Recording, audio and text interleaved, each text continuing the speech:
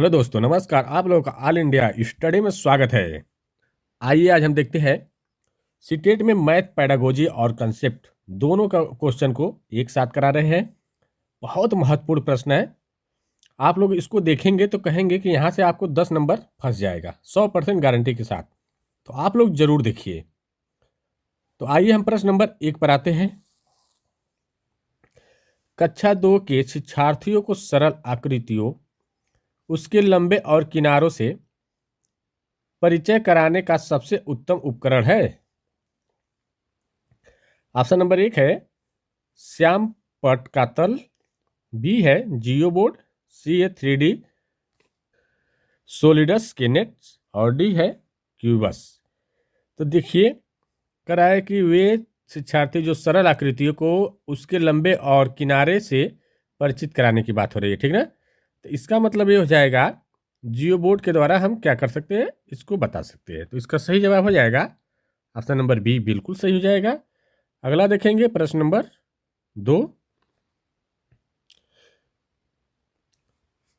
निम्नलिखित कक्षा 5 की पाठ्य पुस्तक में एक सवाल है।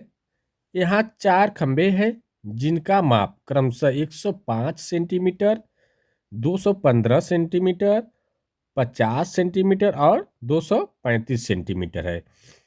यदि उन्हें समान लंबाई के टुकड़ों में काटना है तो प्रत्येक टुकड़े की अधिकतम लंबाई क्या होगी। यह सवाल के लिए पूछा गया है। कह रहा है कि मान लीजिए किसी चीज़ का एक लंबाई चौड़ाई 4 खंभे है। बोल रहा है कि 4 खंभे जिनकी लंबाई बता दिया है कि मान लीजिए 4 खंभे, 1 खंभा, 2 खंभा, 3 खंभा और 4 खंभा।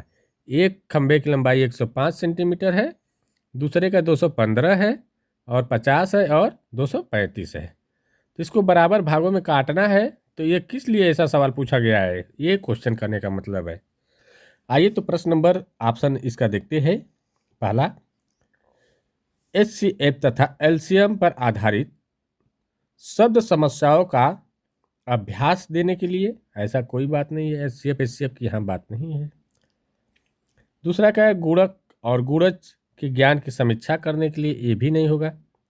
सी करा है HCF ज्ञात करने के लिए कौशल की जांच, ये भी नहीं। और डी करा है सीखी गई संकल्पनाओं का प्रयोग करते हुए समस्या समाधान कौशल को बढ़ाने के लिए, ये 8 नहीं है, ठीक ना। समस्या समाधान कौशल को बढ़ाने के लिए, तो ये बात बिल्कुल ठीक है। क्योंकि जो संकल्पना आप सीखे हैं उसको समस्या का समाधान कैसे करना है उसको बढ़ाने के लिए आपको इस प्रकार के क्वेश्चन पूछे जाते हैं, ठीक ना। अगला देखेंगे प्रश्न नंबर 3। निम्नलिखित कक्षा 3 की पाठ्य पुस्तक में से एक समस्या है।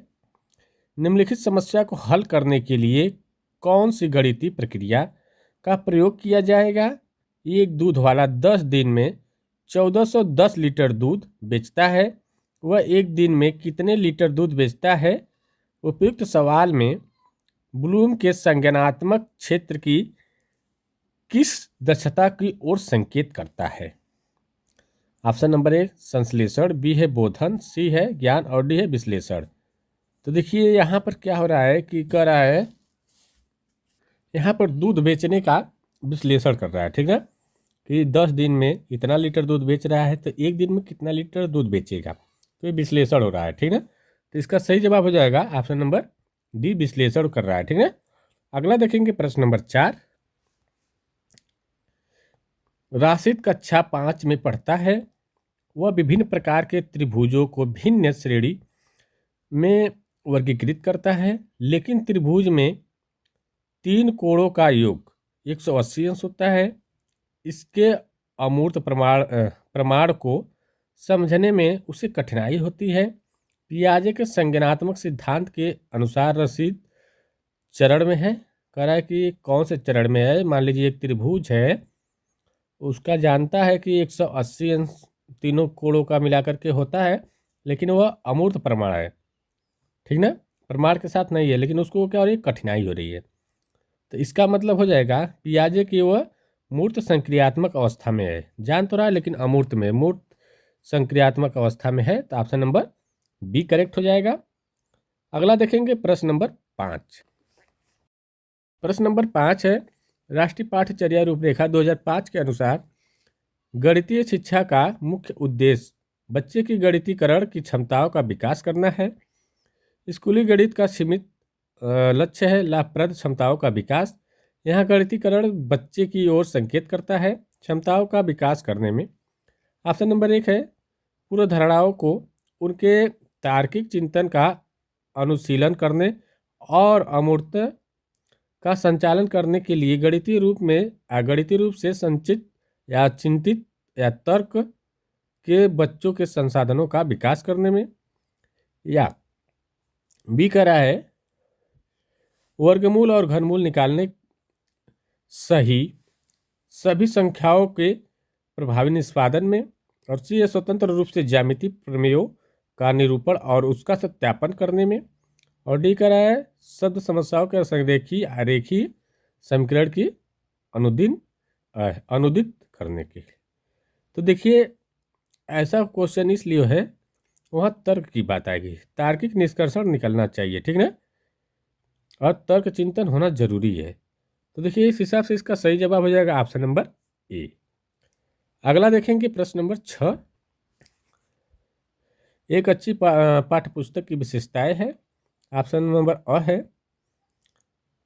उनमें कठोर अभ्यास देने के लिए बहुत सारे अभ्यास हो। बी है, स्थिति के माध्यम से सभी संकल्पनाओं का परिचय दिया जा सकता है। सी मतलब स कराए, केवल हल किए गए अभ्यास ही शामिल किए गए हो। और डी कराए, उन्हें मोटी व भारी होनी आवश्यक है। कह रहा है कि मोटी या भारी होना जरूरी है, ऐसा कोई बात नहीं है। तो ये तो पहले ही गलत हो जाएगा, ये तो होगा नहीं।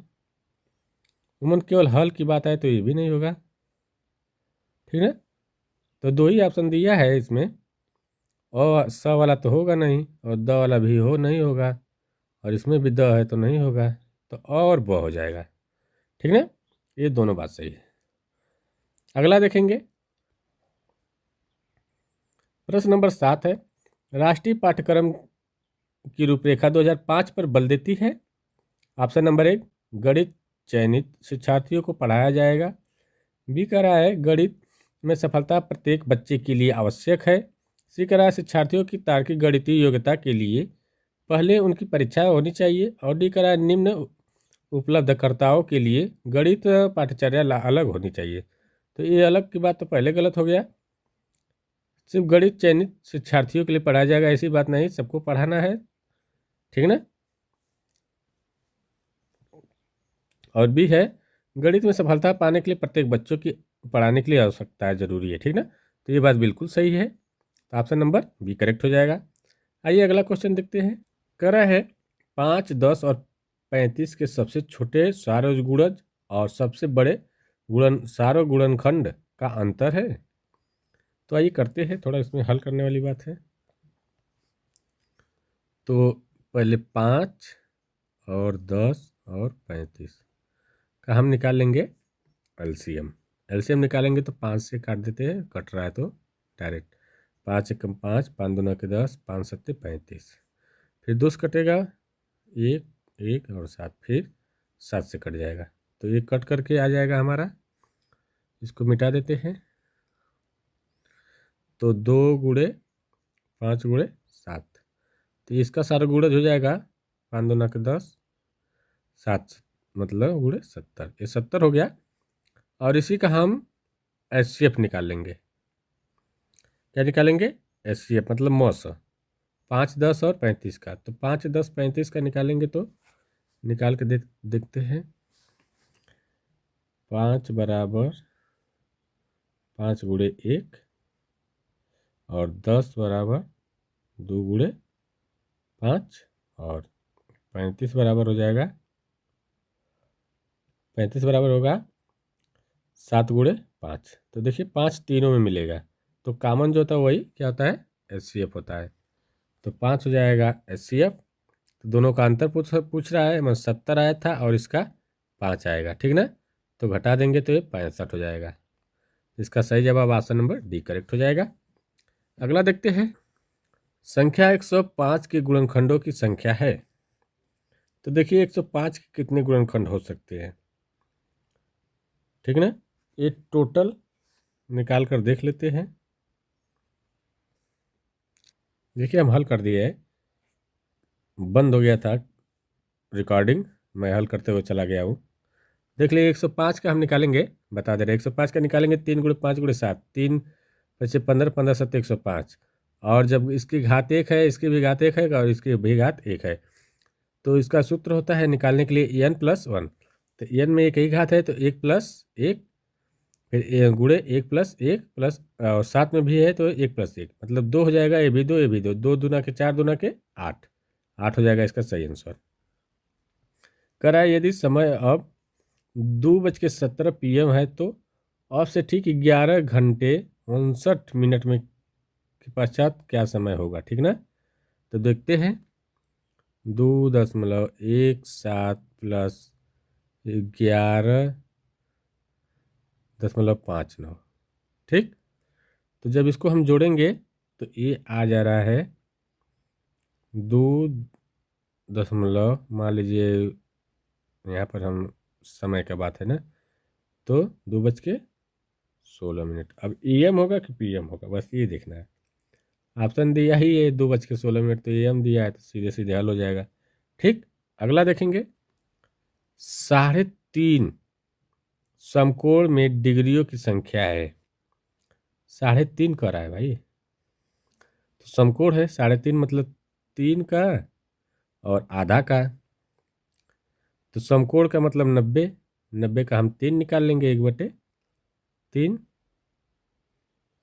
ओ 1/, नहीं, इसको हटाओ। करा डिग्रियों की संख्या पूछ रहा है तो 3 से गुणा कर देंगे तो हो जाएगा 270। और बचा क्या है, 3.5 पूछा ना, तो 90 का आधा निकाल देते हैं, 3.5 हो जाएगा, तो ये हो जाएगा 45। अब जोड़ दीजिए तो 5 हो जाएगा, 7 4 11, 5 11 को 1 और 2 1 3, 315। तो इसका सही जवाब हो जाएगा 315। अगला देखते हैं प्रश्न नंबर तीसरा, कौन सा क्वेश्चन है भाई, क्वेश्चन नंबर 12 है, ठीक ना। ये जो है 3 नहीं है, ठीक ना, ये 3 नहीं है। कह रहा है 11 इकाई, तो 11 गुणे 1 इकाई का मतलब 1, और 11 दहाई तो गुणे 10। फिर कह रहा है कि 11 सैकड़ा, 11 गुणे 100 कर दीजिए, ये 11 आ जाएगा और ये प्लस 110, 110 प्लस ये हो जाएगा 11 लिख करके सैकड़ा तो 2 जीरो बढ़ा दीजिए। अब इसको जोड़ दीजिए, तो जोड़ेंगे तो आ जाएगा हमारा 1221 आएगा, ठीक ना। तो ऑप्शन नंबर सी करेक्ट हो जाएगा, आप लोग निकाल लीजिएगा, 1221 आएगा। अगला देखेंगे प्रश्न नंबर 23, 509 और 3028 का योग। कह रहा है 509 और 3028, ठीक ना। 3028 लिखेंगे कैसे, 3028 जोड़ दो 7 हो जाएगा, 3 है और 5 और 3, 35 37। तो ऑप्शन नंबर बी करेक्ट हो जाएगा, 35 37।